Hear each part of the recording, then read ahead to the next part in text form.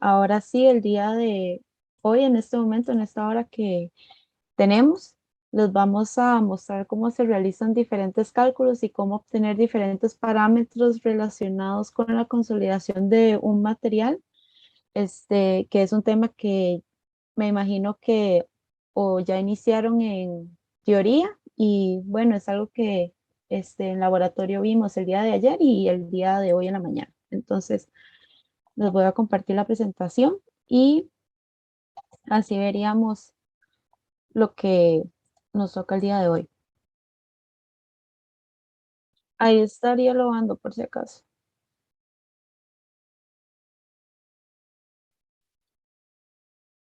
Entonces, de manera bastante resumida, nosotros podemos definir el fenómeno de consolidación como una reducción de volumen ocasionado por el aumento de una carga sobre una masa de suelo que se encuentra debidamente saturada y que es de baja permeabilidad debido a la disipación de la presión de poros con el tiempo.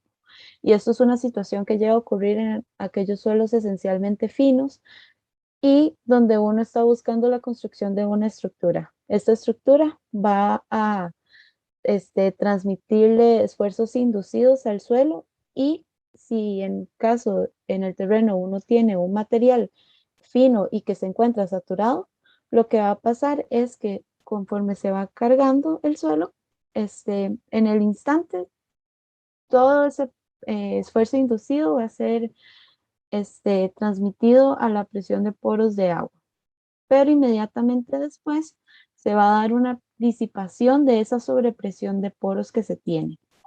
Y entonces parte de ese esfuerzo va a ser transmitido al esfuerzo efectivo. ¿Y cómo va a ser, cómo va a ocurrir esto? Por medio del drenaje del suelo que se encuentra en el agua. Y esto va a ocurrir hasta cierto punto de equilibrio. Entonces, aquí es a donde se llegan a reacomodar las partículas y por ende se va a dar asentamientos o deformaciones. Entonces, lo que va a ocurrir es que se va a reducir la altura inicial que se tenía y ahora después se va a tener una altura final. Y entonces aquí hay una comparación entre un suelo granular y un suelo cohesivo. Con respecto a los suelos granulares, lo que va a pasar es que debido a su alta permeabilidad, esos asentamientos, ese drenaje de agua va a ser casi que instantáneo, inmediato, y entonces los asentamientos que van a ocurrir en este material van a ser rápidos, casi instantáneos, inmediatos. Y ya después se va a mantener con ese mismo nivel. Lo que va a pasar con el suelo cohesivo más bien es que debido a su baja permeabilidad, va a costar mucho que se disipe la sobrepresión de poros en el suelo. ¿Por qué? Porque va a estar sujeto a qué tanto el material, el agua va a durar en fluir o en drenar en el suelo cohesivo. Y es por eso que estos asentamientos o estas deformaciones asociadas a la consolidación pueden durar bastante tiempo. Puede ser un tiempo, un rango de meses o incluso años. Y es por eso que es muy importante estudiar este fenómeno en los suelos esencialmente cohesivos, esencialmente finos, y así poder determinar posibles asentamientos que ocurran y por ende contemplarlos en el diseño de la estructura que uno quiere construir, o si no, más bien ver qué métodos o qué estructuras adicionales necesito para evitar asentamientos y evitar que las estructuras colapsen. Y entonces habíamos visto ayer o hoy en la mañana el ensayo de consolidación unidimensional, que está debidamente normado por la STMD 2435. Y entonces acordémonos que el equipo básicamente consiste de un consolidómetro. Entonces tenemos la muestra en el medio que está representada en color gris, la cual se encuentra debidamente confinada con un anillo metálico rígido. Esto para evitar deformaciones horizontales y que la consolidación solo se dé de manera unidireccional.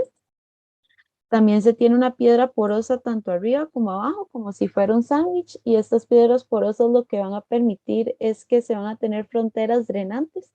Entonces, a la hora de aplicar uno carga a esta muestra de suelo, lo que va a permitir es que el agua fluya de la muestra hacia afuera. Y en este caso, tanto para arriba como para abajo. También se tiene un recipiente anular, el cual va a permitir que uno tenga la muestra sumergida en agua. También está el pistón de carga, donde uno va a colocar las diferentes pesas diariamente para poder transmitirla a la muestra de suelo. Tomar en cuenta que las cargas se llegan a aplicar a través de un marco de carga. Y después está el comparador, donde uno lleva un registro de los cambios de altura que va a tener la muestra, deformaciones, que eso es lo que nos llega a interesar. Y ahí es a donde uno llega a aplicar la carga. Y entonces aquí es otro pequeño diagrama donde se muestra igual el consolidómetro. Tomar en cuenta que esta muestra tiene dimensiones de entre 3 y 4 pulgadas de diámetro y una altura inicial entre 0,75 y 1 pulgadas. Y entonces contemplar que lo que está diciendo con respecto a las piedras porosas, que se va a poder tener flujo en una dirección que va a ser la dirección vertical y el agua va a poder drenar tanto en la parte superior como en la parte inferior. Y entonces aquí es donde se puede apreciar un poco mejor lo que llega a ocurrir durante la consolidación del material, en este caso por medio de este, la analogía del modelo biológico. Entonces ahí es donde se presenta un cilindro que se encuentra lleno de agua con un resorte en el centro. Y si uno le agrega alguna carga o algún peso y se tiene una válvula cerrada, pues lo que va a ocurrir es que todo ese esfuerzo se lo va a llevar el agua por ser un material incompresible. Pero ya al abrir la válvula, el agua va a empezar a salir y parte de ese esfuerzo transmitido a través del peso agregado se lo va a llevar el resorte hasta cierto punto de equilibrio donde se llega a dar un equilibrio entre los gradientes hidráulicos y entonces ya va a dejar de salir agua y se va a llegar a cierto nivel. Y entonces eso es lo que representaría ese cambio de volumen, ese cambio, esos asentamientos. Y lo que está ocurriendo con el suelo, más bien, es que se está dando un reacomodo de las partículas. Entonces se está disminuyendo la razón de vacíos por ese movimiento entre partículas. Entonces, al mismo tiempo se está aumentando el esfuerzo efectivo porque va a haber más contacto entre las partículas que conforman mi suelo. Y entonces aquí se tiene un pequeño ejemplo de los resultados que uno llega a obtener de los datos que uno obtiene realizando el ensayo de consolidación unidireccional, unidimensional. Entonces, lo que uno hace es montar la muestra en el marco de carga e ir cargando la muestra diariamente con cierto peso. Y entonces, a partir de ahí, uno hace diferentes mediciones a través del flexímetro a diferentes tiempos, a los 0 segundos, 15 segundos, 30 segundos, 1 minuto, 2 minutos, 4 minutos, 8 minutos, incluso hasta horas, 1 hora, 2 horas, 4 horas, 7 horas y la última a las 23 horas. Incluso hay veces que se tiene una lectura aquí a las 16 horas, pero eso va a depender mucho del acceso que uno tenga en el laboratorio. Y entonces uno lleva un registro del tiempo y en ese tiempo uno lee las lecturas y toma en cuenta los valores de deformación que se está obteniendo a partir en la muestra. Y esto se repite cada día de carga. Entonces aquí tenemos una colocación de 500 gramos de carga. Después aquí 1 kilo. Acordarnos que ese incremento de carga debe duplicarse cada día. Entonces si para el día 3 yo tengo una acumulación de 2 kilos, ese día voy a tener que adicionarle esos 2 kilos y así uno va yendo hasta el punto donde uno ya llegue a lograr la representación del esfuerzo que uno quiere analizar en el suelo. Y entonces así uno lleva los registros en cada tiempo y después ya se llega al último día de descarga, donde lo que uno va a hacer es quitar los pesos conforme uno los fue agregando diariamente, pero en este caso es cada hora. Y también uno hace lectura de, eh, del flexímetro. Y entonces esos serían todos los datos que uno obtendría de este ensayo. Tomar en cuenta que de estas gráficas anteriores de estas, lo más seguro es que ustedes tengan aproximadamente 8 cuadros de estos. Entonces, considerar que es bastante información. Y entonces con esta clase lo que vamos a ver es ver qué hacer con estos resultados, cómo uno llega a analizarlos para ya después utilizarlos en ya análisis más específicos de asentamientos y para que nos den las características de compresibilidad que tiene el material de análisis. Entonces, acordémonos, esto es algo que igual se presentó en la presentación de la clase anterior, donde presenta valores que nos llega a interesar. Primero que todo, obtener el porcentaje de humedad inicial y humedad final de la muestra para ver bajo qué condiciones se inició la prueba y también para determinar si se llegó al grado de saturación de interés, que es el 100%, ¿verdad? Entonces, uno lleva el control a través de estas dos opciones. Aquí uno sacaría una muestra del material antes de moldear el espécimen de suelo y esta humedad final, recuperando la pastilla del consolidómetro. Y después uno llega a obtener también las densidades totales iniciales y finales. Entonces, tomar en cuenta que para la inicial yo tengo que tener un vernier para medir las dimensiones de la pastilla antes de colocarla en el consolidómetro y al mismo tiempo pesarla en una balanza. Y después el peso unitario final, se supone que se tendría la misma masa de suelo, el mismo peso, y lo único que va a ir cambiando es la altura. Entonces se considera solo la altura final. Diámetro va a ser el mismo y el peso va a ser el mismo porque no se tiene pérdidas de material. Y de esta forma, con esta información ya al final se puede obtener la densidad seca utilizando estas ecuaciones. Y también otra información que nos interesa es la gravedad gravedad específica, volumen de los sólidos, altura de los sólidos, la razón de vacíos antes y después de la prueba para ver qué tanto se redujo esa razón de vacíos y lo que les estaba diciendo, grado de saturación inicial y final para ver si se llegó a la condición de saturación de la saturación al 100%. Entonces aquí es solo llegar a aplicar las ecuaciones. Y entonces ahora vamos a mostrar un pequeño ejemplo de un ensayo que se realizó de consolidación. Entonces aquí se tienen unos datos iniciales, el peso del suelo con su diámetro y su altura, su área, perdón, área transversal, altura inicial, gravedad específica y también se tiene la altura de los sólidos y el contenido de humedad del sitio. Y a partir de esa información ya uno puede obtener este cuadro resumen. Entonces, este delta representa las mediciones que se están obteniendo del flexímetro, básicamente lo que se está asentando el material, la diferencia de altura que se está dando. Después se tiene el delta H, donde básicamente llega a ser la resta entre esta medición y esta medición.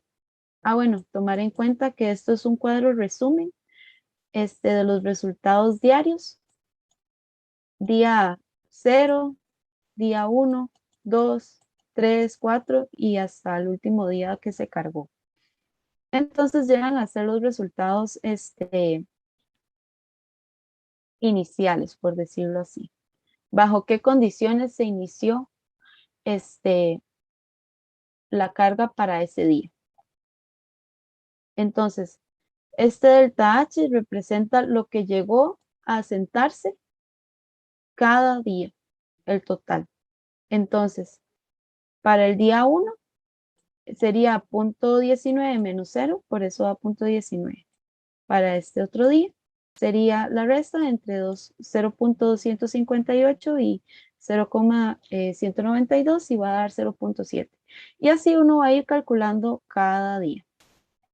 Después viene la altura total o la altura final hasta cierto punto, donde uno llega a tomar en cuenta la altura inicial, que es un valor que tenemos de la, de la diapositiva anterior, perdón, esta altura no, esta altura inicial, 18.40.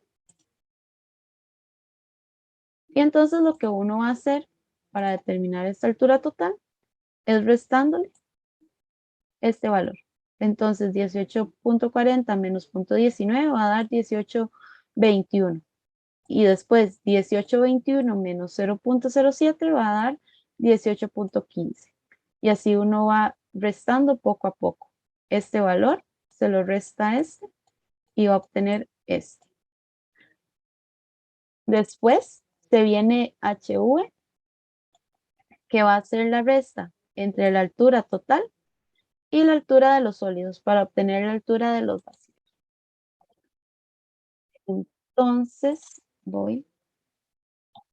Entonces acordémonos que se tiene una altura de sólidos de 8.17. Entonces, 18.40 menos 8.17 va a dar 10.23. 18.21 menos 8.17 va a dar 10.04. Y así uno va a ir calculándolo diariamente. Y ya después se va a tener unas condiciones de razón de vacíos inicial y la razón de vacíos final. Tomar en cuenta, esto ahorita ya vamos. Bueno, no, esto sí se presentó en estas diapositivas anteriores. Voy un momento rápido. ¿Cuáles son las que se utilizan para poder calcular la razón de vacíos? Entonces uno solo llega a aplicar la ecuación y listo.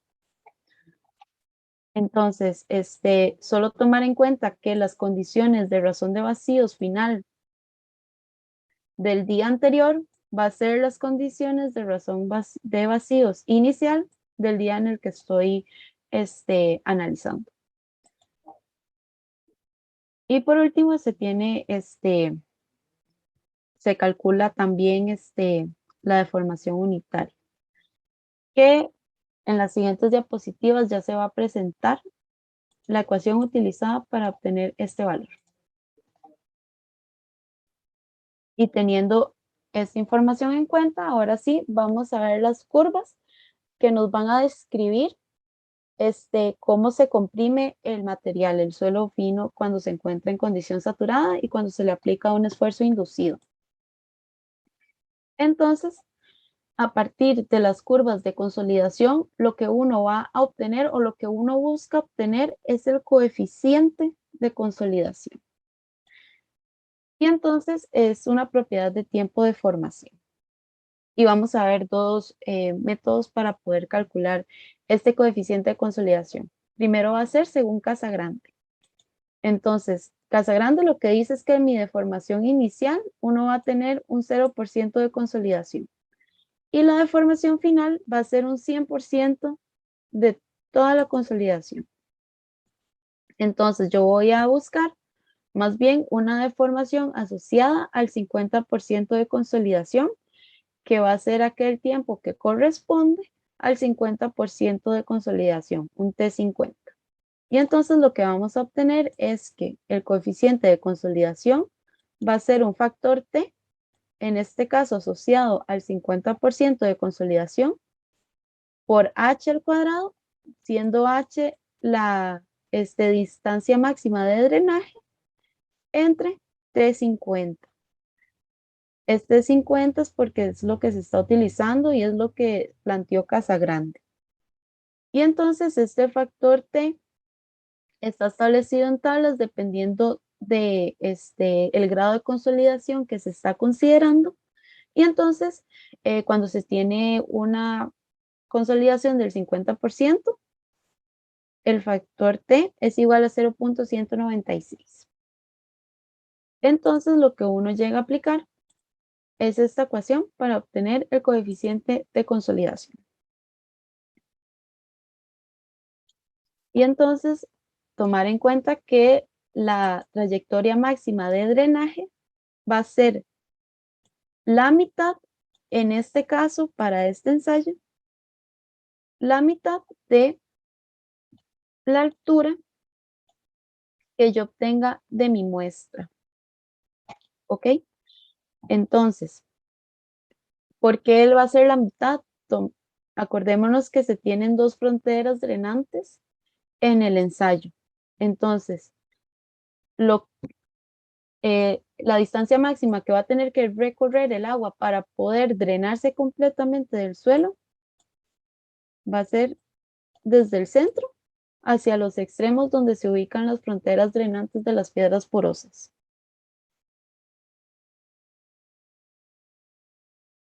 Y entonces, utilizando el método logarítmico de Casagrande, lo que uno va a graficar diariamente es la deformación en función del tiempo en escala logarítmica. Yo no estoy diciendo que se tiene que calcular el logaritmo del tiempo, sino más bien uno grafica el tiempo y uno le agrega la escala logarítmica al gráfico. Y entonces aquí es donde nos interesa que ustedes tengan a mano los gráficos que están habilitados en mediación. No sé si los tienen listos para ya poder mostrarles cómo obtener a partir de los gráficos el T50 y por ende poder calcular el coeficiente de consolidación. Yo voy a suponer que sí los tienen a mano. Si no, por favor, alguno dígame y consiga los de mediación. Porque deme un momentito, que lo estoy tratando de descargar para usarlo en la tabla. Me está tomando un tiempo. Ok, está ahí. Profe, ¿esto es bueno que lo imprimamos? O sea, ¿lo vamos a rayar o cómo? Pueden hacerlo tanto en la compu o en tablet. No sé cómo ustedes manejan los documentos o si no los imprimen y los pueden hacer a mano también. Ya eso es Ok, como gracias. decisión de ustedes.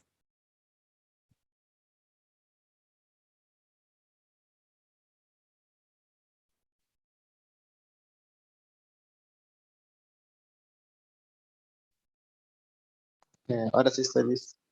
Ahora sí, los demás, Profe, sí, es el PDF de la curva. el PDF de la curva, dice como, no me acuerdo qué era lo que decía en mediación para medirlo, pero son 3 gráficos los que se obtienen del documento que necesitamos que tengan para poder hacer esta actividad. Ah, sí, listo. Ok. Entonces, ahora sí, voy a suponer que todos lo tienen a manos, todos están listos y ya voy a continuar. Entonces, lo que ustedes tienen en este momento es este gráfico. Entonces, se tienen lecturas de flexímetro, ¿verdad? O sea, las deformaciones en función del tiempo en escala logarítmica. Ok.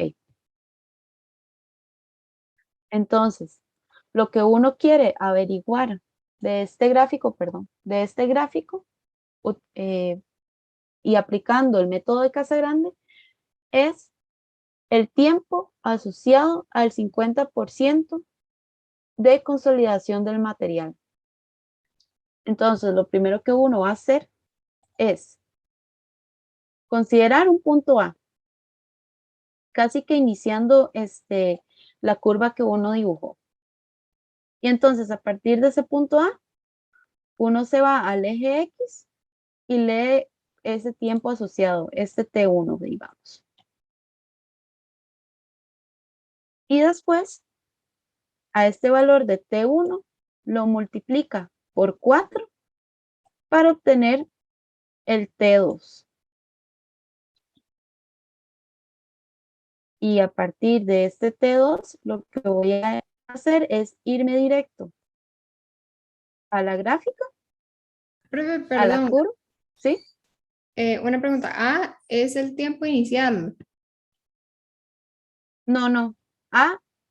Aquí se tomó este punto, pude haberlo tomado aquí, el punto A, por ejemplo. Es un punto casi que al inicio de mi curva, donde se da una compresión inicial, donde no se está manifestando el fenómeno de consolidación. Ah, Entonces es como un punto donde no hay mucha pendiente de la curva, como este pequeño rango, digamos. Lo marqué horrible, lo siento. ok, Este, perfecto, gracias, profe.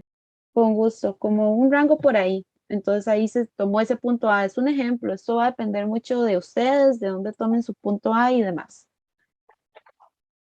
Entonces, ok, acordémonos, punto A, hacer lectura del tiempo 1, multiplicarlo por 4 para tener el tiempo sub 2 y me voy directo de este tiempo sub 2, directo a la curva, ¿verdad? Y entonces lo que voy a hacer es tomar la distancia entre el punto A que yo definí y el punto asociado a T sub 2. Entonces yo voy a obtener un pequeño delta, esa diferencia. Y entonces lo que voy a hacer con ese delta es superponer desde el punto A, el mismo valor. Esta distancia, Perdón, ¿sí? ¿cómo fue que se movió horizontalmente desde el T2? O sea, ¿cómo llegó al... Al delta. Sí, como esto? Ah, ok. Ok, ya entendí. Este, pasé del T1, multiplicarlo 4 veces para el T2 y me fui a la curva. Y entonces caí a este punto, ¿verdad? A este punto de la curva. Y entonces lo que voy a sacar es la altura entre el punto A y este punto asociado al T2. Eso era lo que me estaba preguntando. Ah, ok, ya lo moví a la derecha solo Ajá. para que se viera más. Sí, sí, exacto. Sí. Entonces, ok. Entonces ya tengo este delta y lo superpongo desde el punto A hacia arriba. Y entonces, superponiendo ese delta, lo que voy a hacer es irme al eje y aquí es donde defino la deformación asociada a un 0% de consolidación. Me avisan si tienen alguna duda, alguna pregunta para ya después continuar con el Profe, ¿puede otro repetir esa punto. parte del delta? Sí, claro. ¿Desde qué punto? Entonces, o No, sea, pues justo cuando le digo lo de superponer, ¿a dónde toque, o sea, hasta dónde ok. toque superponer? Entonces uno tiene el delta y uno lo superpone desde el punto A. Desde el punto A lo coloca hacia arriba, una distancia delta, y después lo lee hasta el eje Y. ¿Sí quedó claro? Gracias. Ok, con gusto. No sé si alguien más tiene alguna consulta, si estamos listos con este punto.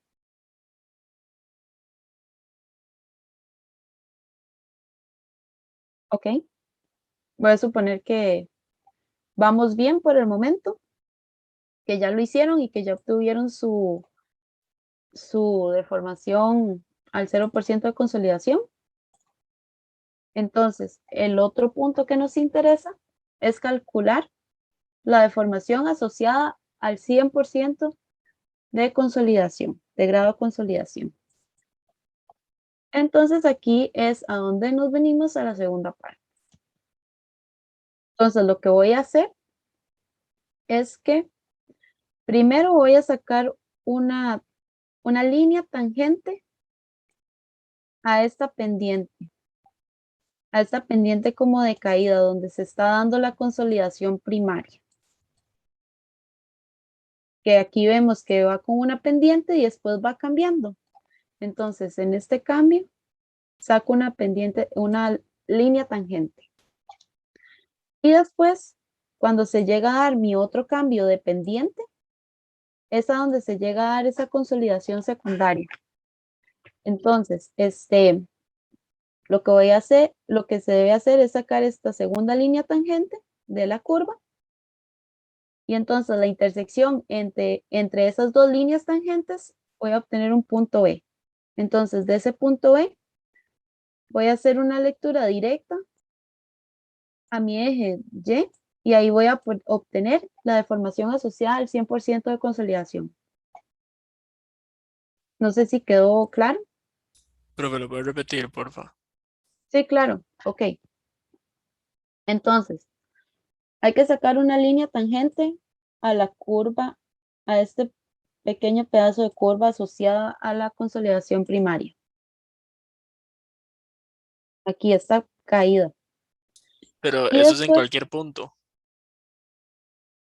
sí, en cualquier, o sea, cualquier punto por lo menos donde se está dando como esta zona, digamos. Ok. Y después se hace lo mismo, pero cuando ya se tiene como esta tendencia relativamente horizontal, otra línea tangente. Y entonces ahí la intersección se va a obtener un punto y entonces ahí es donde yo obtengo la lectura de deformación asociada al 100%. No sé si tienen, Gracias. ok. ¿Alguien más? ¿Alguna duda con esta parte? Ok. Y entonces ya tenemos la deformación asociada al 0% de consolidación y la deformación asociada al 100% de consolidación. Entonces, lo que vamos a hacer es tomar la mitad, sacar el valor, la mitad entre este punto y este punto para obtener la deformación asociada a la consolidación, al 50% de consolidación.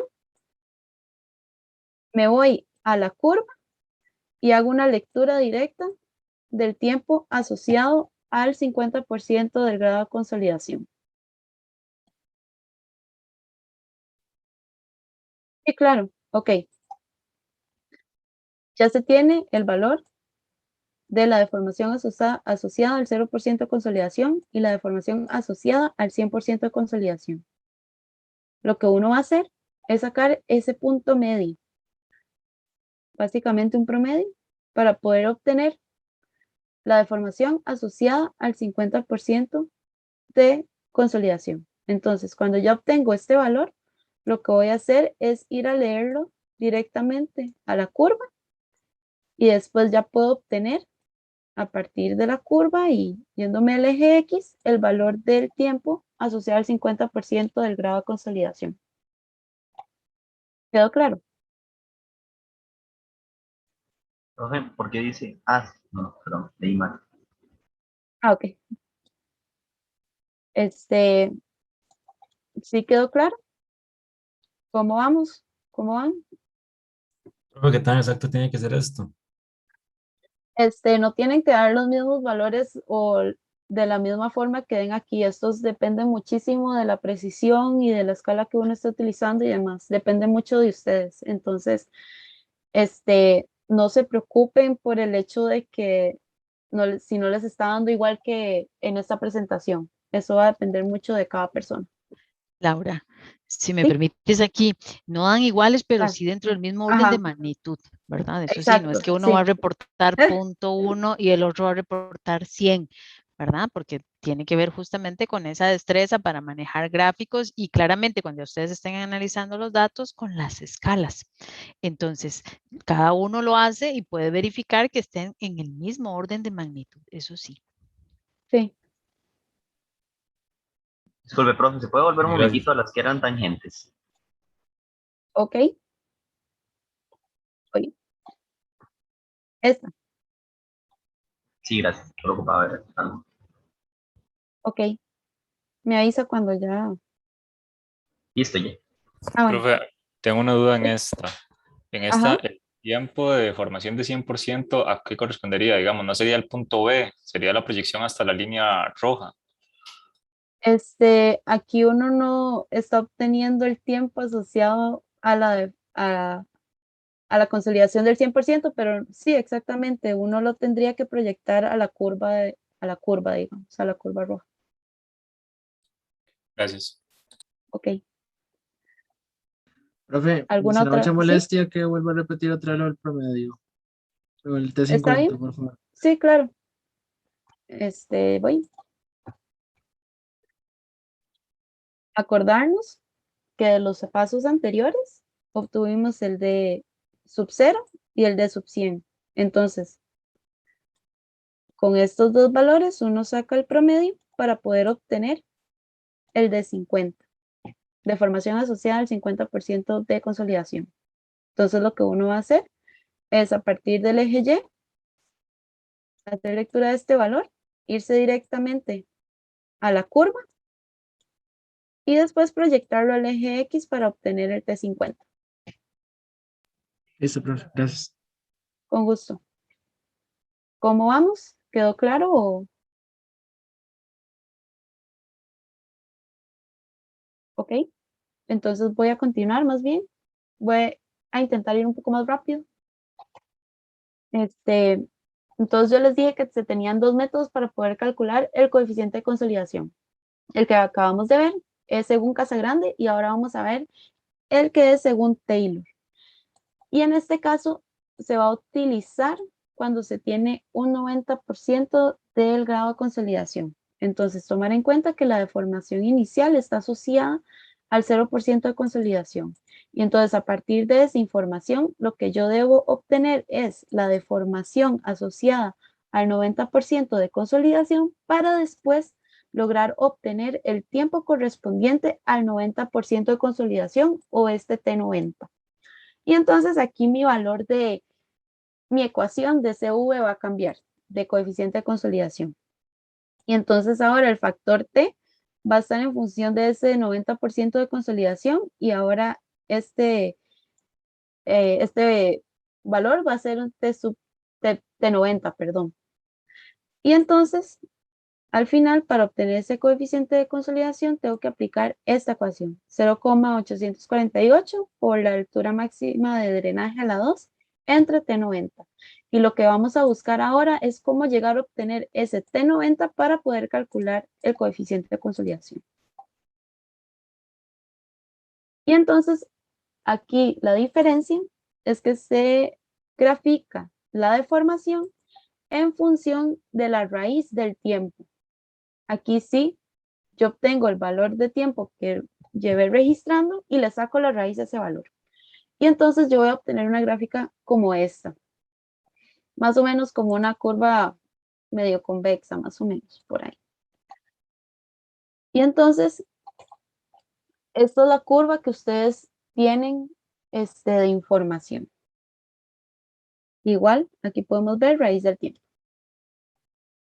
Lo que primero vamos a hacer es proyectar una línea recta. ¿Y desde dónde empieza? Básicamente, aquella línea donde intente conseguir la mayor cantidad de puntos agrupados. Alguien puede iniciar la línea desde, bueno, va a ser un poco, bueno, aquí. Alguien puede iniciar tal vez la línea desde aquí, por ejemplo, pero vean que no agarra muchos puntos. Uno puede irse un poco más para acá, por ejemplo, y entonces ya tiene otra línea recta y así. Eso va a depender de cada uno de ustedes hacia dónde considere esa línea. Pero intentar capturar la gran mayoría de puntos de la gráfica. Y entonces, esa línea voy a obtener un valor X que iría desde el punto 0, perdón, desde el punto 0, ¿verdad? Hasta la intersección con este punto B. Y entonces lo que voy a hacer después de esto es a ese valor de X multiplicarlo por 1.15. Y entonces cuando lo multiplico voy a obtener un punto C. Y lo que voy a hacer es trazar una línea entre el punto C y el punto A definido en el eje Y. Y teniendo eso en cuenta, la intersección entre la recta AC y mi curva roja, ¿verdad? Este punto va a estar asociado a mi T90. No sé si está quedando claro. Me perdí, profe. Ok, vamos de nuevo.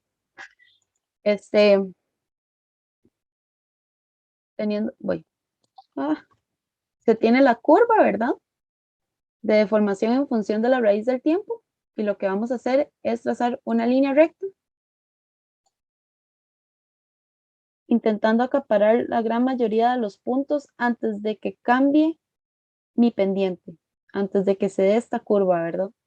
Entonces, como los puntos iniciales, uno traza una línea recta y entonces esa línea recta va a intersecar el eje X en B, cualquier B, ¿verdad? Dependiendo de ustedes.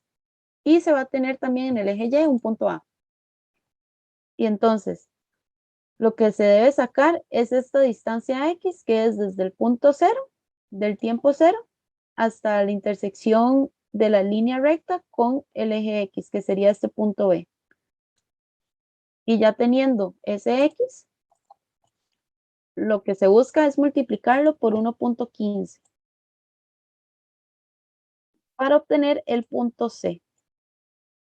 Después de eso, se traza una línea recta entre el punto C y el punto A, que fue definido con la línea recta anterior. Y entonces la intersección entre la recta AC y mi curva roja, este punto va a estar asociado a mi T90. No sé si quedó un poco más claro. Sí, ahora sí. Ok, no sé si tienen... Profe, una pregunta. ¿Sí?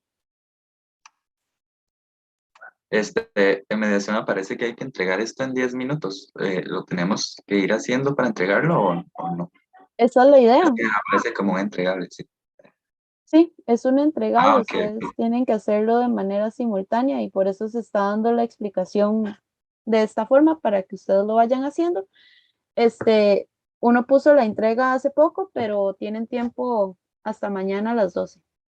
Profe, y Para otra hacerlo. pregunta. Ajá. ¿Perdón? ¿Solo se entrega como lo que estamos haciendo ahorita o también hay que hacer como los cálculos que vienen en las diapositivas? Son solo los gráficos y obtener, en este caso, los coeficientes de consolidación, ¿verdad? No se va a obtener directamente porque ustedes no tienen el H, pero por lo menos dejar registrados los valores o la ecuación montada en términos de H y después van a haber otros cálculos que ustedes tienen que realizar con otro gráfico, con otra curva. Entonces, eso es lo que van a tener que subir. Profe, una consulta. Es que yo al menos estaba haciéndolo en Paint porque a mí no me dio chance de imprimirlo como para trabajarlo a mano. Entonces, Sí. pero hace rato se me pegó el Paint y prácticamente quedé rezagado hace rato. ¿Hay alguna forma como de poder ver el video más adelante para poder repetirlo y entregarlo Yo bien? no, la cuestión es que no se está entregando el video, o sea, no se está grabando esta clase, ¿verdad? Cierto, sí. Entonces es un problema en ese sentido. Pero poniendo atención, intentando agarrar todos estos conceptos, lo puede replicar después y por eso el chance hasta mañana a las 12. Ok, profe, entendido. Igual si Gracias. tienen alguna pregunta, nos lo puede hacer a las 2 mediante el correo, ¿verdad? Entonces, Profe, y siguiendo lo que dijo el compañero, sí se puede entregar en Paint, aunque no sea así algo muy exacto. sí, puede ser en Paint, claro. O sea, Ok. mientras conviertan la imagen después en PDF, todo bien. Listo, ok, gracias. Ok, con gusto. ¿Alguna consulta con respecto a este método? Ok. Vamos.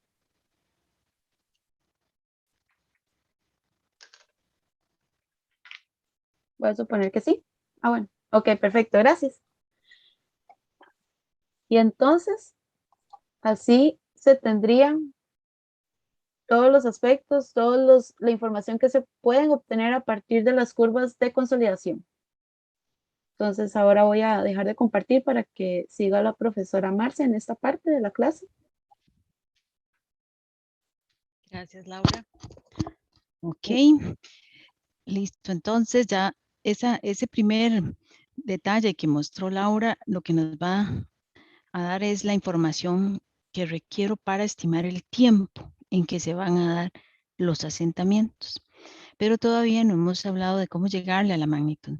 ¿Cuáles son esos coeficientes que necesito para determinar la magnitud de los asentamientos? Tema que van a desarrollar ampliamente en la sesión ya teórica del curso.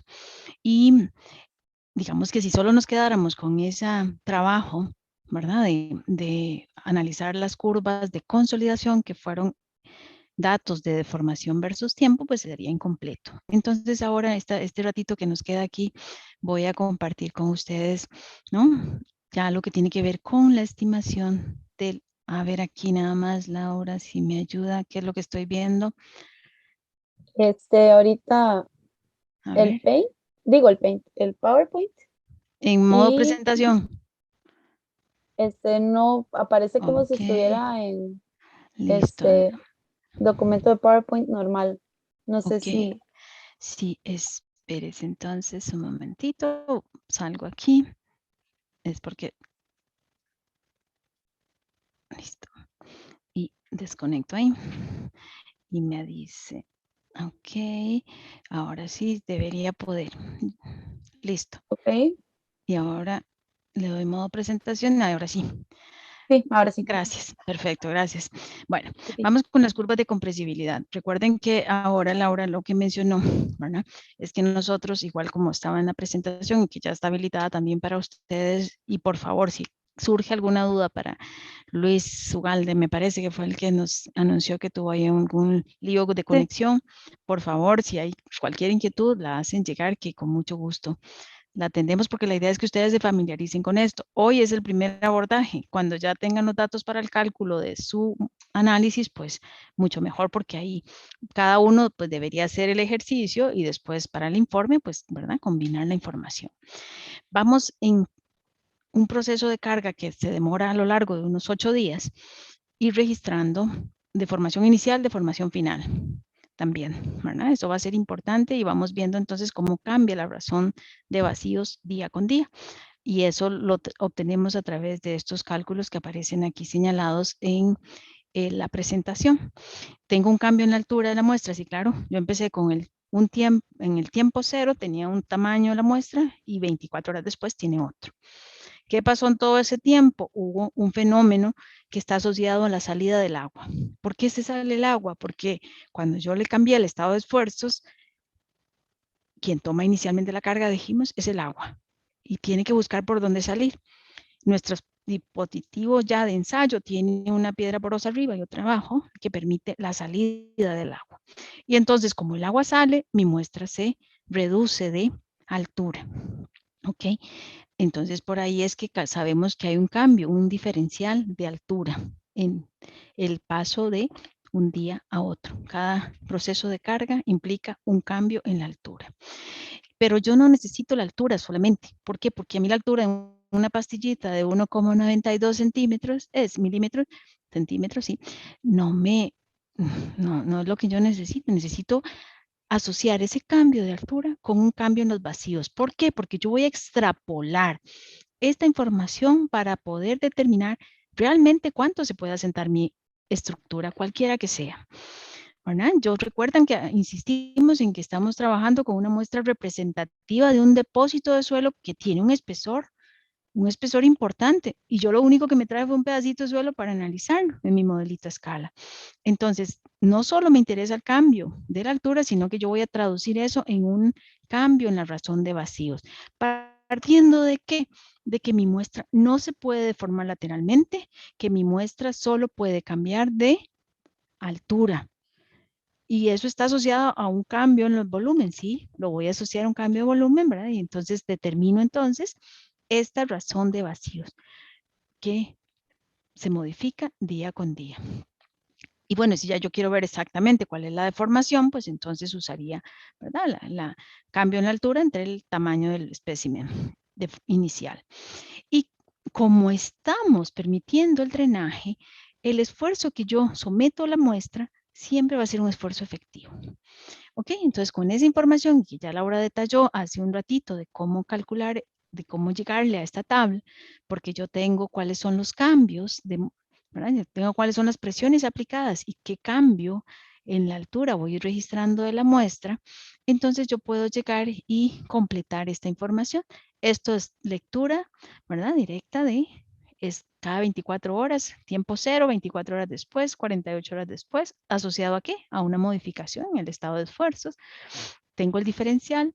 Si ese diferencial lo comparo con la altura de la muestra, pues entonces ya voy a poder tomar, ¿verdad?, las deformaciones y los cambios en la razón de vacíos, partiendo de que hay una altura de sólidos que no se modifica, ¿verdad? La altura de los sólidos no es un ensayo que se arrastren las partículas, sino que parto de un supuesto teórico de la ley de Darcy, que sí va a dar un flujo laminar, y entonces el agua va a salir de la muestra lentamente sin arrastre, o sea que mi altura de sólidos en teoría no cambia, lo que cambia es la altura de la muestra. Ya con eso, ¿verdad?, ya calculado, entonces ahora sí voy a otra interpretación gráfica, que es para establecer la curva de compresibilidad. Decía en la mañana que eso es como la carta de presentación del suelo. Usted me pone este nivel de esfuerzos y yo me deformo tanto. Y eso es lo que a mí me interesa, porque entonces yo puedo hacer el análisis de asentamientos de una torre, ¿verdad?, de una tolva de granos o cemento, y yo puedo hacer entonces un análisis de asentamientos de un tanque asentado de combustible, y ese mismo información yo la puedo utilizar si el suelo corresponde con una edificación de gran altura, ¿verdad? No me importa, porque lo que va a ir cambiando es los esfuerzos, y yo lo que quiero ir a ver es cómo se va a modificar. ¿Cómo hago eso? Nuevamente recurro a métodos gráficos. ¿Que ese es un inconveniente? Pues sí, porque como bien lo mencionaba la profesora, sí, esto es mucho de interpretar, de cómo me familiarice yo con la lectura de los datos, de las escalas que yo utilice, ¿verdad? Entonces, y de la facilidad con que tenga para el dibujo finalmente también, ¿verdad? Pero bueno, a pesar de eso, sigue siendo hoy día válido la estimación de asentamientos con estos procedimientos ya de las propuestas de Terzaghi allá de los años 30. O sea que ya vamos para 100 años de estarlos utilizando. Y ustedes me dirán, Beico, ¿por qué es que yo todavía siglo XXI voy a estar creyendo a estas teorías de hace 100 años? Pues que ya en el último siglo, en lo que llevamos de este siglo, se han desarrollado métodos de auscultación, de monitoreo, donde yo puedo ir registrando cuánto se va deformando el terreno. Y fíjese que cuando yo puedo controlar, puedo medir eso y me voy y lo comparo con lo que yo estimé teóricamente basados en esa teoría que tiene una serie de supuestos, ¿verdad?, de hipótesis iniciales, de fuentes de error que también se mencionaron en el momento en que describimos el ensayo, pues de ahí van dando similar. Cuando se pierde mucho, ¿verdad?, cuando ya tenemos grandes distorsiones, uno dice, bueno, a ver, ¿qué está pasando? ¿Verdad? ¿Dónde fue que nos perdimos? Pero en general ellos coinciden. Entonces, eso ha dado para que sigamos, ¿verdad?, hoy día utilizando un método teórico basado en gráficas para poder predecir el nivel de asentamientos que va a sufrir una obra. Y entonces vamos a coger esta información de razón de vacíos y esfuerzo y lo vamos a graficar de dos maneras. Una, utilizando las escalas aritméticas natural, y otra, dibujando el esfuerzo en una escala logarítmica. Como bien lo mencionaba, no es sacar el logaritmo del esfuerzo, sino que vamos a utilizar una escala logarítmica para el esfuerzo. A partir de ahí obtenemos una carga de preconsolidación y podemos decir si es un suelo firme, preconsolidado, o si es un suelo normalmente consolidado, que suele ser un suelo más blando, más compresible. ¿Ok? Bien, entonces ahí estaría, ¿verdad?, la representación aritmética, escalas aritméticas, escala natural, de razón de vacíos, esfuerzo vertical, y mi escala semilogarítmica, ¿verdad? Yo aquí lo que puse fue el esfuerzo, pero en escala logarítmica. Y esto lo señalamos, vea, insistimos, porque a veces se confunden, entonces sacan los logaritmos de los esfuerzos, y no es eso, es representar esos esfuerzos en una escala logarítmica. Bien, estas son la misma información, solo que está graficada de forma diferente, porque de cada una de esas gráficas a mí me interesa establecer coeficientes o módulos que son los que me van a permitir el cálculo de asentamientos. Recuerden que esto tiene un fin, no es solo, ¿verdad?, usar y manejar esta información que será a la larga la única vez que la ven, porque después ya como ingeniero yo recibo los datos de un laboratorio técnico, entonces yo voy directo a los coeficientes que son los que me interesan para meter en mis formulaciones, en mis hojas de cálculo y ya, ¿verdad? A menos que esté trabajando en una oficina ya de geotecnia donde estén haciendo ensayos, pues entonces sí, ahí voy a tener que volverme a encontrar con esto, pero si no va a ser solamente un insumo para el diseño. Y yo, por lo tanto, profesional responsable de ese diseño, pues yo tengo que acordarme y saber de dónde viene la información y el grado de confianza que le tengo en la misma. ¿Ok? Y que me den todos los gráficos porque ya ustedes profesionales dentro de un par de años ya pueden, ¿verdad? Sin ninguna duda, interpretarlos. Bien, este es un ensayo que tiene 2 siglos de carga y se cargó por 8 días, se descargó y después volvió a cargarse. Eso no lo hacemos normalmente, solo por un antojo académico, pero no es lo normal. Terminamos en una fase de carga y de descarga. Pero esto, ¿verdad?, es para ver que el suelo puede estar siendo sujeto a ese proceso de carga y descarga y qué es lo que nos pone en evidencia. Bueno, lo primero que nos pone en evidencia es que no es un material elástico, como muchos de los supuestos de la teoría clásica mecánica de suelo. Un material elástico yo lo cargo y lo descargo y vuelvo a la condición original. ¿Ok? Bueno, aquí no. Aquí un material yo lo cargo y lo descargo y si lo vuelvo a cargar y lo descargo, voy a tener una deformación acumulada. Bueno, así es como funciona el suelo, ¿verdad? Con una deformación acumulada. Que a cada uno de esos rangos yo le voy a ir asignando un nombre. Este tramo inicial, así que cuando yo grafico el esfuerzo vertical y, perdón, la razón de vacíos y el esfuerzo efectivo en escala logarítmica, me va a mostrar un tramo, no es horizontal, pero la razón de cambio es muy pequeña, ¿verdad? Es muy, muy suave. Bueno, ese tramo le decimos un tramo inicial. Apenas el suelo se está dando cuenta que algo le está incomodando, ¿eh? Que le están poniendo una carga y dice, bueno, ya la conozco, no la conozco. ¿Por qué digo esto? Porque es que cuando yo me llevé la muestra al laboratorio, yo la extraje del subsuelo. Le quité el suelo confinante, la columna de suelo que tiene encima, entonces el suelo sufre una relajación de esfuerzos. Pero luego la vuelvo a meter en un anillito y empiezo a cargarla y entonces dice, ok, ¿verdad? Los suelos tienen memoria. ¿Cuáles? No todos, pero los suelos arcillosos sí. Y entonces dice, ah, no, ya ese esfuerzo yo lo conozco. Entonces, por eso es que este tramo es con una razón de cambio leve. Luego entra un tramo recto o más, con una pendiente más pronunciada. Es porque me está poniendo en evidencia que hay esfuerzos nuevos que el suelo no está acostumbrado, ¿verdad?, a sentir.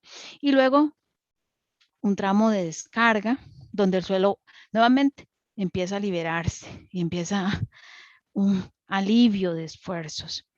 Y si vuelvo a cargar, bueno, y entonces voy a seguir ese recorrido porque ya esta carga ya la conozco, entonces me parezco aquí, ¿verdad? Sigo y vuelvo a caer en un tramo recto, una carga recta. Ese tramo recto en la literatura, cuando ustedes consulten de toda la información que van a tener disponible, tiene un nombre que le llaman tramo virgen. Ese tramo virgen lo asocian a un rango de esfuerzos que el suelo nunca ha experimentado, ¿verdad? Entonces, esta razón, esta pendiente de ese tramo incluye aquellos esfuerzos que el suelo nunca en su historia geológica ha experimentado. Bien, ¿qué hacemos ahora con esa gráfica? Bueno, vamos a lo que vinimos, a determinar las características de compresibilidad. Hay un primer índice que me interesa a mí determinar, que es el índice de compresión. Esto no es más que tomar las pendientes de las curvas que están dibujadas. Entonces yo voy a tomar un índice de compresión en el tramo recto, en el tramo virgen, ¿verdad? Que lo llamamos así de forma indistinta, que es el que reúne las cargas que el suelo nunca ha experimentado. ¿Y cómo saco la pendiente?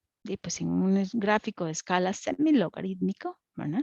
Va a ser el cambio en la razón de vacíos entre el cambio entre los logaritmos, ¿verdad? del logaritmo del sigma 2 entre sigma 1. Es la pendiente de este tramo. Para que no surja duda, ¿verdad? La presentación pues va a llevar esa información. Aquí lo que estoy haciendo es la pendiente del tramo virgen. Este es un índice, entonces es adimensional y lo reconocemos con la letra C sub C. Índice de compresión. Es la razón, la pendiente del tramo donde se reúnen los esfuerzos que el suelo nunca ha experimentado.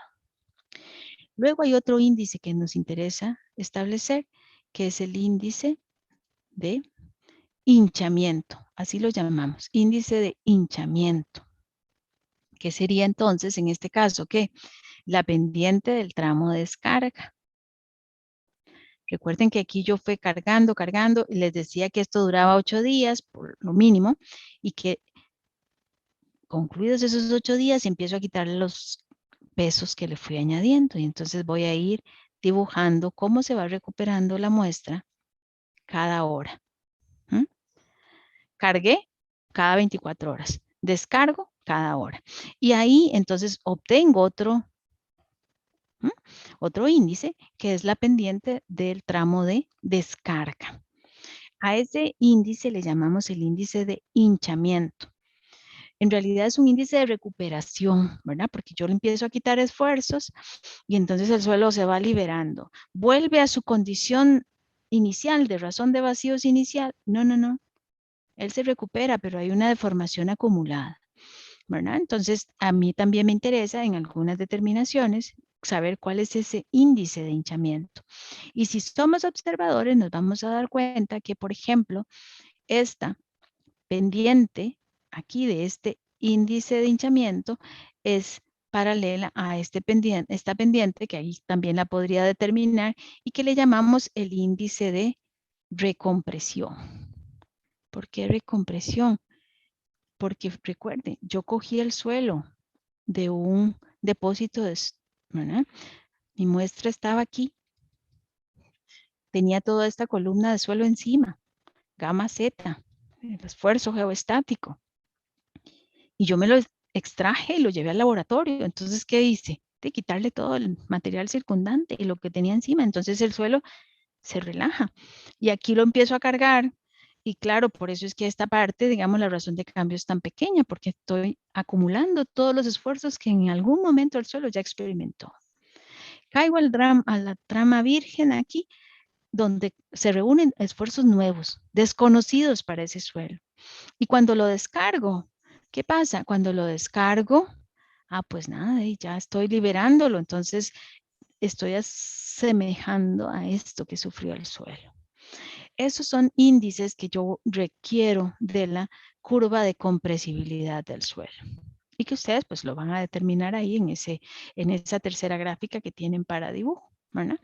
¿Para qué? Para que no se nos olvide nunca cómo llegar a establecer esos índices de compresibilidad, de hinchamiento y que coincide con el índice de recompresión, ese último, ¿ok? Eso es información valiosa. Esos índices no nos vamos a detener acá, menos que ya estamos sobre la hora, ya casi termino, ¿no? Ahí se nos pasó un poquito el tiempo. Pero cuando estén en la teoría ya y calculando los asentamientos, van a hacer uso de estos índices. No es que se sacan ahí porque sí, para mortificarnos. No, no, no. Es que son claves para la determinación de la magnitud del asentamiento. Tema que estoy segura pues van a abordar en un par de días. Ok, seguimos adelante. Esa gráfica, les decía, también la podíamos dibujar en escalas aritméticas. De esas escalas aritméticas salen unos coeficientes también. Los índices son adimensionales. Estos coeficientes de compresibilidad A sub V y el módulo de compresibilidad volumétrica que vamos a ver ahora enseguida, M sub V, a estas sí tienen dimensiones, ¿verdad? ¿Y qué son esos coeficientes? Siguen siendo pendientes, pero ya no de mi información graficada en escala aritmética, en escala semilogarítmica, sino ahora sí en escala aritmética. Y esto también va a ser importante a la hora de determinar asentamientos. Nuevamente, aquí, como les digo, no nos vamos a meter porque eso significa un par de horas más y no tenemos ese tiempo disponible. Pero sí vamos entonces a ver cómo se determinan para que a ustedes les quede ahí cuando se les solicite, tengan acceso al mismo. Esta información es la misma que yo tengo capturada en aquella tabla, ¿verdad? Donde se reúne todo el ensayo, las 8 días de ensayo de carga. Y entonces veo y me dicen, vea, determine el coeficiente de compresibilidad. Yo, coeficiente de compresibilidad. Pues va a ser la pendiente de un tramo. Sí, también, vean, aquí tengo delta A entre delta sigma. Solamente que este coeficiente de compresibilidad no es único. No es un valor único como los índices, sino que va a ir variando. Déjenme para escribir aquí, ¿no? Va a ir variando, si dejémoslo en rojo acá, ¿no? ¿Dónde está aquí tengo uno, pero aquí tengo otro, y por aquí abajo tengo otro, ¿no? Las pendientes van a irse modificando. Entonces, este coeficiente de compresibilidad que también voy a usar para el cálculo de asentamientos es función de ¿qué? De el cambio en los esfuerzos. ¿Por qué eso es importante? Vean, imagínense que yo tengo mi estructura, mi depósito de suelo aquí, y aquí está el suelo que estoy analizando. Él está acostumbrado a sentir esta sobrecarga, gamma Z, esfuerzo geostático. Este es el esfuerzo que yo tengo aquí. Resulta que ahora vengo y le voy a hacer una edificación encima, ¿no? Perdón ahí por el dibujillo tan mal hecho, pero no. ¿Me entienden, no? Este edificio esbelto ahí de 15 niveles me va a transmitir un esfuerzo aquí. Que yo lo modelé en el SAP, lo estructuré y ya tengo el check ahí, ¿no? Ya está listo. Y entonces yo digo, ok, esa estructura le va a estar sometiendo al suelo un delta sigma. Entonces yo digo, ok, ese sigma 1 es lo que el suelo está acostumbrado a sentir, más el delta sigma, que es lo que va a transmitir mi estructura, me va a llevar a un estado de esfuerzos nuevo. Entonces yo digo, ok, ese es el valor. Así que entonces el interés particular que tengo es de saber cómo es ese módulo en ese rango de esfuerzos. ¿Verdad? Entonces, esta gráfica me permite ir como más al detalle de lo que tengo y lo que voy a generar la estructura. Y entonces irme al cálculo de asentamientos más fino, ¿verdad? ¿Por qué? Porque ya conozco la carga estructural. Eso puedo determinarlo a través de esa gráfica, por ejemplo, ¿verdad? Y también, sigo adelante, tengo esto acá, que sería la misma gráfica, ¿verdad? Pero para determinar lo que nosotros llamamos el módulo de compresibilidad volumétrica. Toda esta nomenclatura no la tienen que saber de memoria, pero por lo menos reconocerla cuando se la tengan presente. Que no es más que el índice de el coeficiente de compresibilidad entre 1 más la razón de vacíos de la muestra o del suelo in situ. Aquí de repente nos faltó un punto. Señalar aquí una nomenclatura que sería el A sub V, que ya sabemos de dónde sale, ¿verdad? Que sale de aquí. Esa pendiente de ese tramo entre 1 más C0. Esta es mi razón de vacíos del suelo in situ. ¿Okay? Y ese módulo de compresibilidad volumétrica, vean qué interesante, me lleva a poder calcular también cuál es la permeabilidad del suelo. O sea que a través de este ensayo yo tengo un método indirecto para establecer cuál es la permeabilidad del suelo fino que tengo ahí, ¿verdad? En análisis. Método indirecto, sí. Aproximado, sí. Pero válido, ¿verdad? Y ya entonces me queda más que demostrado también que no es un valor constante, aunque en la hipótesis yo asumo, ¿verdad? Que lo es. Bien, seguimos para a la gráfica principal. Bien, ahora a mí, en ese ensayo, me interesa conocer si estoy con un suelo normalmente consolidado o muy preconsolidado. ¿Qué significa eso? Quiero saber cómo es la historia de ese suelo. Yo tengo la historia geológica, ¿sí? Yo sé si es un depósito reciente o antiguo, si es un suelo residual o transportado, de toda esta introducción que vimos en el curso, ¿verdad? Pero ahora yo quiero saber si está normalmente consolidado, o sea, si lo puedo asociar a un suelo muy joven o a un suelo sobreconsolidado, un suelo más antiguo o que ha generado una preconsolidación por la génesis misma. Entonces voy a irme, cuando digo normalmente consolidado, lo que quiero hacer ver es que, por ejemplo, el suelo nunca ha experimentado presiones mayores que las que está soportando actualmente, ¿ya? El perso geoestático es lo máximo que el suelo ha experimentado. A eso le llamamos un suelo normalmente consolidado y generalmente está asociado a suelos muy jóvenes, suelos recientes. Desde el punto de vista geológico, ¿ok? 10.000 años, eso es joven. Cenizas recién caídas, ¿no? Aquí en este territorio maravilloso donde tenemos eventos, bueno, no tan espectaculares como en La Palma, y mejor que no sean así, pero que sí tenemos eventos de cenizas, ¿verdad? Y entonces tenemos esa cubierta de las GAM principalmente, y algunos más alejaditos, ¿no? Allá por el Rincón de la Vieja, de repente, que ha tenido episodios importantes, o bien aquí el Turrialba, o el mismo Irazú, allá en los años 60, ¿verdad? Del siglo pasado.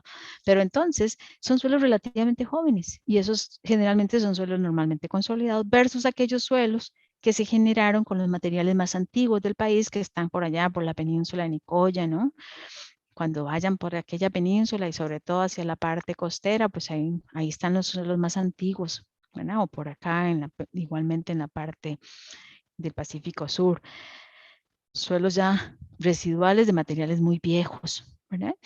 Entonces, claro que importa la génesis, claro que importa la historia, y nosotros esa historia nos tiene que quedar reflejada en esta curva. Entonces vamos a dibujarlo, ¿no? Que esto lo van a ver ustedes en la teoría. Vamos a extraer esa información del último gráfico que queremos analizar acá. ¿Qué es lo que realmente voy a extraer de ese gráfico? Que quiero que nos concentremos unos minutitos adicionales.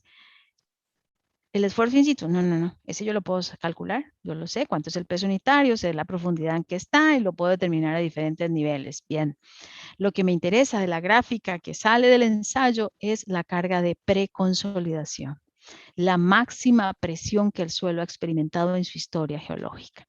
Y entonces voy y lo grafico. Para determinar, lo obtengo, ¿verdad? Lo grafico, lo obtengo y determino lo que llamamos la razón de sobreconsolidación. Bien, ¿cómo le hacemos? Es la tercera gráfica que ustedes tienen por ahí. Vamos a tomar la razón de vacíos y la presión. Dibujada en escala logarítmica. ¿Okay? Es un gráfico semilogarítmico entonces. Y esta es la forma que hemos venido presentando. Bien. Decíamos que inicialmente era el tramo recompresión, aquí el tramo virgen y este el de descarga. Bueno, yo voy a coger el punto A. ¿Quién es A? El punto de máxima curvatura, máxima pendiente. No está aquí. No. Tampoco está aquí. Sino es donde tengo una deflexión, ¿verdad? Donde yo digo, ok, a mí sí me parece que está aquí. A la larga sí. Usted me puede decir más arriba, más abajo. Sí, puede ser. Ustedes lo van a dibujar y vamos a ver lo que ustedes dibujen ahí, ¿verdad? Escojo el punto A. Ese punto es el punto de máxima curvatura. En ese punto voy a trazar una línea tangente, que lo tengo aquí denotado como T, y una línea horizontal. Ambos que pasen por el punto A. ¿Ok? Gráfico. Tangente y línea horizontal. Entre H y T hay un ángulo. Ese ángulo lo voy a bisecar. Entonces, la letra B representa la bisectriz del ángulo que se formó con la horizontal y la tangente. Vamos ahí juntos. Sí. Supongo, ¿no? Que nadie me contesta, pues yo supongo que sí. Sí, profe. Listo. Bien. Ok, les doy 2 segundos para que lo hagan. No. Vamos ahí. Gracias. ¿Verdad? Identificar ese punto es clave, porque a partir de ahí es donde yo voy a decir cuál va a ser la carga de preconsolidación. Entonces, nada más lo que me tiene que quedar es que yo tengo que escoger el punto de máxima curvatura. Lo que a mí, por sentimiento, me diga es aquí. Y puedo ir jugando ahí con la escuadra, con la regla, con el transportador, lo que tenga, el compás, lo que tengan a mano, ¿no? Porque entonces, bien, ya he definido, trazo la horizontal, trazo la tangente y biseco el ángulo entre esas dos líneas. Pero no está todavía terminado el asunto. Yo voy a tener que proyectar esa bisectriz y la voy a intersectar, perdón, con la proyección de la pendiente del tramo virgen. Este que está aquí yo lo llevo hacia arriba y donde toque la bisectriz, ahí, ese esfuerzo que estoy leyendo ahí es lo que llamamos la carga de preconsolidación. Carga de preconsolidación. Profe, no entendí muy bien, ¿podría explicarlo de nuevo, por favor? Voy aquí, voy a hacer un zoom, María José. Teníamos el punto de máxima curvatura, ¿verdad? Para no prestarle atención a toda la curva, sino a eso. Teníamos el punto de máxima curvatura. Tracé una línea tangente aquí y una línea horizontal. Voy a poner el lápiz acá. Esta es mi línea horizontal que habíamos denotado con H y esta es mi línea tangente. Había un ángulo entre esas dos líneas que yo voy a bisecar. Sabemos cómo bisecar un ángulo, ¿verdad? Geometría, excelente. Entonces, esta línea que pasa aquí es la bisectriz de ese ángulo. Y aquí estaba mi punto A, máxima curvatura. Ahora bien, el tramo virgen que estaba aquí, yo voy a extender la pendiente, la voy a prolongar. Y a donde intersecte la bisectriz, listo. Ahí tengo el esfuerzo de preconsolidación, que lo llamo sigma sub P. Algunos lo llaman P sub C, ¿no? Dependiendo de la literatura que consulte. Pero es la intersección entre la bisectriz y la pendiente del tramo virgen, la proyección de la pendiente del tramo virgen. Este esfuerzo es la presión máxima que el suelo que yo estoy ensayando ha experimentado a lo largo del tiempo. Y entonces, cuando yo comparo esa presión de preconsolidación con el esfuerzo in situ, ¿cuál es mi esfuerzo in situ? Pues es que yo lo tenía aquí, la muestra de suelo, le tenía, ¿no?, aquí el esfuerzo vertical efectivo, que no es más que el gamma Z menos el gamma, ¿no?, del agua por la altura de agua que tenga encima, si es que aquí había un nivel freático. Ya sabemos calcular esfuerzos efectivos, ¿verdad? Entonces, ese va a ser el esfuerzo en el sitio, en el proyecto, ¿verdad? Donde yo saqué la muestra, ese era el esfuerzo en sí. Y la carga de preconsolidación es la que yo estoy obteniendo la gráfica. Entonces, cuando yo comparo esta relación, me va a dar lo que llamamos la razón de preconsolidación. Si esa razón de preconsolidación es igual a 1, ¿qué significa? ¿Sí? Que este esfuerzo de preconsolidación es igual al esfuerzo in situ. Significa entonces que el suelo nunca ha experimentado una presión mayor que esa. Es un suelo normalmente consolidado, que lo denotamos así con NC. Si me da mayor que 1, entonces yo puedo decir que es un suelo preconsolidado. Entonces es clave esa determinación que acabo de hacer de esa curva de compresibilidad. ¿Quedó claro, María José, o me expliqué? Sí, profe, ya, gracias. Listo, gracias. ¿Verdad? Entonces voy a borrar ahí todo lo que he dibujado. Me devuelvo a la gráfica anterior por ahí, porque yo lo que tengo que ir a leer es justamente cuál es esa presión de la gráfica. Nuevamente, pueden tener valores parecidos, iguales, pero no muy diferentes.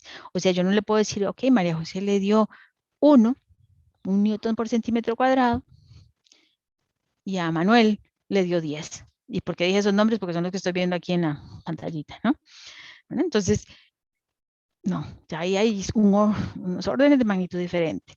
Ahora, si me dice que le dio 1, otro compañero me dice que le dio 0.8 newton por centímetro cuadrado y otro me dice que le dio 13, entonces sí, son esos rangos de variación los que son permisibles, ¿ok? No cuando ya cambia un orden de magnitud, porque es que este dato va a ser importante, ya dijimos, ¿verdad? Porque yo lo voy a comparar con, voy a adelantarme, con valores típicos. Y entonces si me da igual a la unidad, decíamos, está normalmente consolidado. Mayor que 1, algún grado de preconsolidación. Ligeramente, si es entre 2 y 3, ya altamente preconsolidado, si es entre 7 y 10. Menor que 1, olvídelo, no. Me puede dar 0.095, bueno, si eso redondea a 1, ¿verdad? Porque es un método gráfico y yo puedo pues ahí no estar tan precisa en esa medición. Pero ya aquí me queda claro, y a mí no es lo mismo que me lleguen y me presenten un suelo normalmente consolidado que me presenten un suelo preconsolidado. ¿Por qué? Porque ya cuando tiene un suelo, un grado de preconsolidación me dice que ya ha estado sometido a esfuerzos conocidos que van a llegar a ser impuestos por mi estructura. Entonces, entonces a la larga no me tengo que preocupar mucho por los asentamientos. Versus un suelo joven, normalmente consolidado, que se va a deformar más cuando yo le sobrepase ese esfuerzo in situ. Entonces, claro que eso es importante porque eso me va a ayudar a tomar decisiones claves. Si lo tengo aquí representado, ¿verdad? Pues es lo que les decía. Suelos con grados de preconsolidación muy altos, de esta magnitud inclusive, le sugieren que es un suelo antiguo o es un suelo que se cementó. Tal vez no es tan antiguo en edad, pero fue un evento de cenizas, ¿verdad? Caída de cenizas en una época de invierno, viene sílice, se cementa y entonces genera una estructura muy rígida. Bueno, ya esa es una condición muy particular y puede darse. Pero en general estos materiales nuevos, ¿verdad? Jóvenes, rellenos jóvenes, igual de cauces que han arrastrado finos y que los van acumulando en la parte ya de llanuras, pues suelen ser suelos normalmente consolidados. Quiere decir entonces que son suelos en los que yo, ingeniero, tengo que prestar atención si las deformaciones van a ser un problema o no. ¿Ok? Y aquí están unos valores de repente, pues, ¿no? De valores típicos, hay de cargas de preconsolidaciones, ¿verdad? Y valores de deformación, que nada más presentamos, pero en realidad no voy a detenerme ahí. Me interesa que haya quedado claro cómo determinar la razón de preconsolidación, que tiene que ver con la carga de preconsolidación que obtengo de esa gráfica. Y ya para ir cerrando, porque ya ahora sí nos pasamos un poquito más, no, media hora más, pero eso es un pecadito nada más, porque no los hacemos venir todos los miércoles, ¿ok? Bien, ¿qué es lo que tengo que estar clara? ¿Son los suelos elásticos o no? No, ¿verdad? Y menos los suelos finos, porque los suelos finos no solo sufren asentamientos elásticos, o sea, inmediatos, cuando yo coloco la carga, que son muy pequeñitos comparados con los que sí se pueden dar por consolidación. En materiales granulares no hay ensayos no hay asentamientos por consolidación, solo los hay elásticos, o sea, inmediatos. Terminé la construcción de la obra, ahí están las máximas deformaciones que yo puedo experimentar. Y yo, obviamente, he revisado que sean tolerables, que es el tema que ustedes desarrollarán en teoría. Pero en los suelos finos, usted terminó la construcción y a la larga el suelo ni cuenta se ha dado que usted le cambió el estado de esfuerzo. Va a tener que pasar un tiempo. ¿Cuánto tiempo? No lo sé. Va a depender del tipo de suelo, de la historia del suelo, ¿verdad? Y puede ser que se dé cuenta unos añitos después, unos siglos después, ¿no? No, tanto como siglos, no, pero bueno, hay casos, ¿no? Y mencionábamos entrando la presentación, el tema de compresibilidad, un campanín muy famoso ahí que está todo inclinado, ¿no? Bueno, ese sí, se ha ido deformando por los siglos y siglos, ¿verdad? No quisiéramos ver ninguna de nuestras estructuras sometida a tales deformaciones. Obviamente ni las vamos a publicar, ¿verdad? Si nos pasa, nos quedamos ahí como tranquilitos y tratando de resolver sin que no se dé mucha gente cuenta, ¿verdad? Pues así funciona. Pero vamos a ir a resolver la patología. Bueno, la idea es que no tengamos que recurrir a eso, sino que yo desde mi fase de diseño yo pueda decir, esto es lo que se va a deformar, hay que tomar medidas. ¿Cuáles son las medidas? Cambie la estructura, No la haga de 8 pisos, va a tener que hacerla de 4. Bueno, ahí tal vez ya no me interese tanto porque yo quería 8 pisos para poder vender los otros 4, ¿verdad? O los 3 últimos porque tiene una vista espectacular. Entonces ya tal vez no me interese tanto y no va a tener tanta salida. Entonces digo, no me interesa cambiar la estructura. Entonces cambia el suelo. Tal vez no lo puedo cambiar totalmente, pero sí le puedo modificar su comportamiento. Que eso ya es un tema que vemos en otro curso, ¿no? De mecánica de suelos. La idea es que ustedes puedan predecir los asentamientos y no solo la magnitud, sino el tiempo en que se van a dar. ¿Ok? Hay asentamientos por consolidación secundaria, sí. Sí tenemos suelos que pueden experimentarlos, son mucho más a largo plazo donde se dan y son menos, lo que pasa es que siguen siendo más pequeños comparados con los de consolidación primaria. Entonces, dentro de todos los ensayos que hemos hecho, este ensayo de consolidación unidimensional es uno de los más útiles para el diseño. Lo que pasa es que yo no le entro al ensayo de una, ¿verdad? Yo podría haber empezado la primera semana de clases a hacer el ensayo y que ustedes, ¿verdad? Se familiaricen y que cada uno que venga aquí ahora en esta modalidad haga el montaje. Bueno, no, porque necesitamos conocer previamente los tipos de suelo, cómo identificarlos, cómo, ¿verdad? Ya irlos reconociendo y ahora sí, cuando yo digo, ok, es un suelo fino, vamos con el ensayo de compresibilidad. Valores, todos salen de gráficas y las gráficas ya sabemos el inconveniente que de repente puedan ser para mí. ¿Por qué? Porque jugar con las escalas. Claro, ahora tenemos los graficadores, ¿verdad? Entonces el Excel nos ayuda mucho para poder jugar. ¿Cuánto le pongo? 3 ciclos, 5 ciclos, ¿cuántos ciclos le pongo? ¿Cómo juego con las escalas? ¿La chico, la extiendo? ¿Cómo? ¿Verdad? Todo eso queda a la libre. Ahora yo lo hago y yo entonces lo hago de la manera que me quede más cómoda, que respete los lineamientos, pero que me quede más cómoda para leer. Y esos datos que yo saco de esas gráficas van a ser utilizados en el diseño, porque yo voy a decir, ok, esta placa se me cimenta tanto, se me hunde tanto y esta se me hunde más. Tengo un asentamiento diferencial. ¿Lo puede soportar mi estructura de marcos rígidos? No. Tal vez una estructura de marcos flexibles, sí, de acero. Entonces, dependiendo también del tipo de obra que vayan a desarrollar. O sea que esto tiene que ir vinculado con el análisis estructural que yo vaya a hacer. No metiendo la información en el SAP. Es una vez que ya yo modelé la estructura, que la tengo dimensionada, ahora sí las cargas llegaron a la cimentación. ¿Cómo los transmito al suelo? De tal manera que no impliquen deformaciones excesivas. Entonces aquí, en este ensayo, está muchas veces la clave para que yo decida si lo que tengo pensado hacer o lo que mi cliente quiere hacer, se puede. Y le puedo decir, vea, no, lamentablemente así como usted tiene la estructura, la edificación y proyectado su ampliación, no va a ser posible. Va a tener que invertir más en la cimentación porque va a tener que usar, ya no va a ser cimentaciones sencillas, ahora va a ser profundas y pilotes y de gran diámetro y empiezo a hacerle un escenario oscuro. Bueno, oscuro no, seguro sí, ¿verdad? Oscuro porque va a tener que invertir más recurso en algo que va a estar ahí enterrado. Pues sí, pero es la única forma en que yo puedo lidiar con las deformaciones, ¿verdad? Y ese es un caso por mencionar, ¿verdad? Alguno. Todo esto pues lo vamos aprendiendo, lo vamos acumulando para que ya sea en el curso de mecánica de suelos aplicada o en el curso de cimentaciones, pues veamos esa toma de decisiones a que nos tenemos que enfrentar muchas veces cuando estamos diseñando, cuando estamos colaborando en el diseño, brindando los insumos, porque podría ser Marcia Cordero la que no diseña, pero le está dando al diseñador los insumos para dimensionar, para optimizar este sistema de cimentación. ¿Ok? Bien, entonces ahí pues se realiza solo el ensayo en suelos finos, suelos de baja permeabilidad y que estén saturados.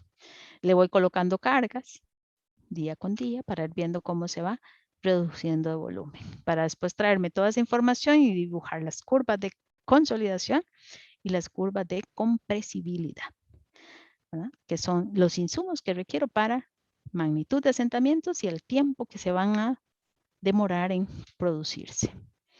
¿Ok? ¿Por qué se da? Bueno, hay un incremento en los esfuerzos efectivos. El fenómeno produce un incremento en los esfuerzos efectivos, claro. Se reducen los vacíos, ¿sí? Se reduce el volumen total, sí. Y todo eso se me refleja en asentamientos en el terreno que van a ser deformaciones, ¿verdad? Verticales que puede experimentar la estructura. Entonces, no es un ensayo que queda aislado del diseño, no es un ensayo inútil, ninguno de estos es inútil, aunque sea muy tedioso y laborioso, no solo en la ejecución, sino también en la interpretación, porque vimos ahí que son puros gráficos, ¿verdad? Y que yo tengo que empezar a sensibilizarme con esos valores y puedo coger esos valores y compararlos con los que dice la literatura de la arcilla de Boston, de la arcilla de México, ¿no? De la arcilla de Londres, los datos que mencioné esos porque son como los de la literatura inmediata, ¿verdad? Y ahí decir, ok, estoy en un suelo que se parece desde el punto de vista de compresibilidad o que es más firme que esas arcillas allá en Londres, ¿no? Porque son las más estudiadas en todas las academias, ¿verdad? De ingeniería. Entonces, al final, nosotros, nuestros suelos, tenemos que igualmente ponerlos dentro de un modelito a escala y ver cuál es la respuesta. Hay ensayos de campo que sustituyen este procedimiento. Hay ensayos de campo que me ayudan a determinar características de compresibilidad del suelo. Pero yo primero tengo que estar ya conociendo cómo es que se comporta en un consolidómetro donde yo trabajo a una escala reducida y después ir a ver si esos datos que me está brindando el high-tech que usamos hoy para investigar los suelos está siendo, ¿verdad?, compatible con los datos en órdenes de magnitud nuevamente. Y bien, insisto en órdenes de magnitud. ¿Qué significa eso? Que usted no se me puede enojar, señor ingeniero, cuando yo le digo es que el suelo se puede formar entre 4 y 8 milímetros, por decir un número, ¿ok? Pues, deme el número exacto. Es que no puede haber exactitud si estoy trabajando con un ensayo que tiene una serie de hipótesis teóricas, ¿verdad?, de supuestos teóricos, de fuentes posibles de error que obviamente tratamos de eliminarlas, pero de ahí algunas se pueden dar. Una interpretación gráfica, entonces depende de mi pericia, ¿verdad?, para poder leer de esas gráficas. Entonces yo cuando doy una recomendación le digo, ese es el orden de magnitud de los asentamientos. ¿Ok? No es exacto, no son resultados exactos, pero sí, yo voy a buscar que sean lo más próximos a la realidad. ¿Y cómo verifico eso? Monitoreando. Y no ocupo a veces equipos muy sofisticados. Yo puedo dejar ahí unas guías y cada cierto tiempo voy con un equipo topográfico y le digo, bueno, lo voy a contratar para que usted cada 6 meses venga aquí a este edificio, monitoreeme esta esquina, aquí, esta parte, y vaya usted y me va dando si hay algún cambio. Yo puedo auscultar, se llama. Puedo darle seguimiento a esas deformaciones. Y si se van pareciendo a lo que yo a nivel de escritorio me aventuré a predecir, digo, ok, estamos tranquilos, ¿verdad? Si ya veo que hay variaciones, pues entonces vamos a ver dónde es que están las variaciones y por qué se están dando. Pero para que ustedes sientan que ver todo este ejercicio de hoy, de ayer y hoy, y el que les queda por resolver, que serían ya el problema de análisis, ¿verdad?, para generar un informe, tiene una razón de ser. Y es a ustedes presentarles que ustedes como profesionales ya en ingeniería civil van a poder aventurarse a hacer estos diseños, optimizar esos diseños, verificar que se cumplen las normas de diseño y garantizar la seguridad de la obra, que es nuestro quehacer, ¿verdad?, nuestro fin último. Que no vaya a ser que empiece un edificio y empiece a desplomarse hasta que colapse, ¿verdad?, que eso sería terrible. Entonces, esa es la intención de haberles presentado hoy, inclusive este rato, para que tengan la posibilidad de hacerlo, ¿verdad?, de forma conjunta que fuimos haciéndolo, y que ustedes entonces ya cuando les llegue la información propia, pues puedan avanzar sin ningún problema. No sé si hay alguna inquietud de aquí, de lo que presentó Laura o de lo que acabo de presentar yo, y si no, pues nos vamos despidiendo. A ver, el tiempo del 90% según se usa el obtenido directamente de la gráfica. Cuando yo, ok, voy a compartir aquí entonces otra vez, un momentito, voy para atrás, acá. Estoy ahí, ¿verdad? Está la pendiente, el incremento en 15%. Este dato que yo leo aquí es, tengo que elevarlo al cuadrado para sacar el T90. Le contesto la pregunta.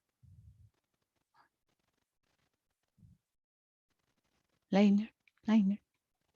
Ok, listo entonces. Profe, ¿Sí? además de los gráficos, ¿hay que entregar algo más? No, solamente la determinación de esas características que mencionamos, los coeficientes de consolidación por Casagrande y Taylor para ese rango de esfuerzos y de la curva de compresibilidad, la carga de preconsolidación y los índices. Índice de compresión, hinchamiento y recompresión.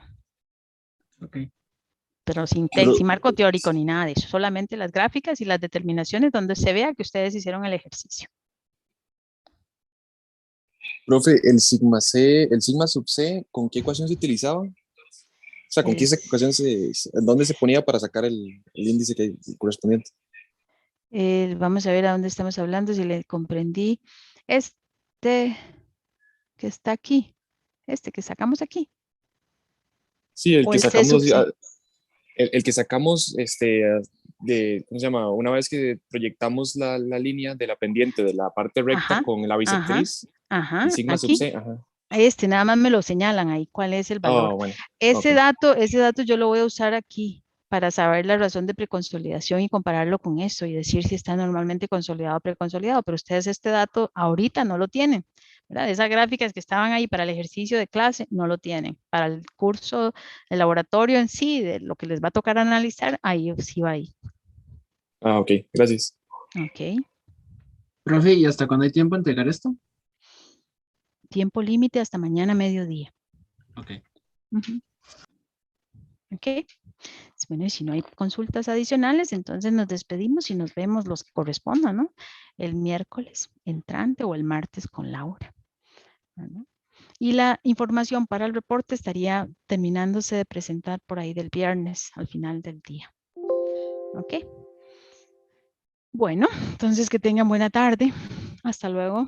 Gracias, profe. Chao. Gracias, profe. Hasta luego. Hasta luego, profe. Gracias.